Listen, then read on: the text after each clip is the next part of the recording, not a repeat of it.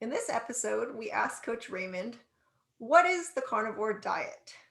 So, Coach Raymond, if I came to you and I've never heard of the carnivore diet and I'm kind of curious about knowing what it is, what would you tell me? I would say the carnivore diet is a diet based on just animal meats. So you would eat anything that moves. If it has a mother, you're allowed to eat it. So it has a lot of variety, and you can eat anything from eggs to some dairy, some beef, cow, pork, chicken, snakes if you wanted to. Anything that moves, you can eat it. What about fish and seafood? Can we eat that too? Fish and seafood's great. They move, so they're wonderful. Oysters probably don't move as much, but they are living beings, so that counts. Yes. Okay, and so if I were to ask you, because usually your first thought is, wait, does that mean I can't eat like plants and greens? Is that what that means? Nuts? That's right. That would mean that you can't eat plants, grains, nuts. We do allow spices on the carnivore diet for the initiation stage, the first 3 months or so, uh, due to having a variety, which is important for some folks. So that is allowed just to spice up your meal. So it's a very small portion of plants. Okay.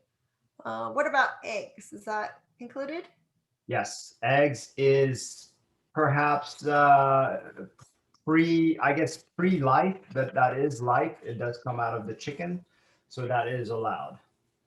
Things like honey is not though. Honey is more like from honeybee puke. So the way they convert it is pollen that they would ingest and then barf out, and that makes honey. And that's a little different process as far as going through the digestive process for a chicken making an egg or say a cow making the milk. Okay. So honey is out. What about things like like plant derived sweeteners like stevia, erythritol, xylitol? I don't know all the Yeah. names. That stuff Those like that. are those are totally man-made and a big definite no, because again the man-made part is a problem, and it doesn't come from a living being whatsoever. Well, it might derive from a plant source, but it's pretty much denatured. So that there's that problem. The other problem is coming from a plant source. Okay. So you kind of mentioned this things like when they're kind of processed that might not be the best. What about like milk and cheese? Like they're kind of like pasteurized or something. Is that That's still carnivore? That's right. That's a great question. Yes, it is carnivore. We do consider carnivore. It is not the best part of carnivory because, let's say, milk. For example, we would prefer if you stayed away from milk because of the way they pasteurize it and homogenize it, which they separate the fat and the milk, and then re-add the fat after they heat it up quite a bit, and it's very denatured at that point. So it becomes pretty much liquid sugar. Now the cheese does also go through processing, and but we later on we could work on getting out of that. There's a lot of people that love their cheese, including me, and I've kept my cheese in. So it's not the best. It is what we'd consider in the world of carnivory junk food for carnivores. Okay.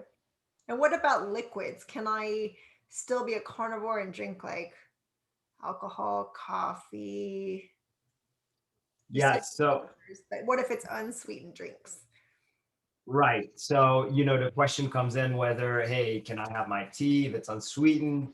Can I have my coffee if it's no sweetener on it? Or say a glass of whiskey or whatnot. Now, for those are not carnivore, obviously. Coffee is not carnivore, but uh, when your staple is meats, it doesn't throw you off that much. It does affect you. If it's for healing, I would say no. You're gonna have to remove it. Again, during the stages of carnivory, the first 3 months, I recommend you keep those in because that's a hard one to quit. Some of these addictions are so hard to quit. You want to keep it on for the first 3 months, see how you adapted to carnivore, and then start taking those out. Tea would be the same. Keep those in until the last 3 months and just try a few weeks without it and see how you do.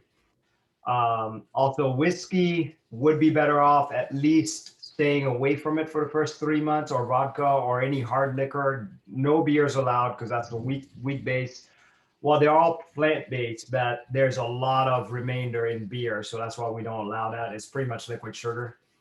Um, and if you had to have it, let's say social engagement, that's not going to interrupt that transition too much. So you had it like once or twice during the transition time, it shouldn't affect it too much. Okay. So basically, to recap, what is carnivore then? It's any kind of animal food then, basically. And it Yeah. doesn't include any sweeteners, and that's pretty much it. So it's pretty simple.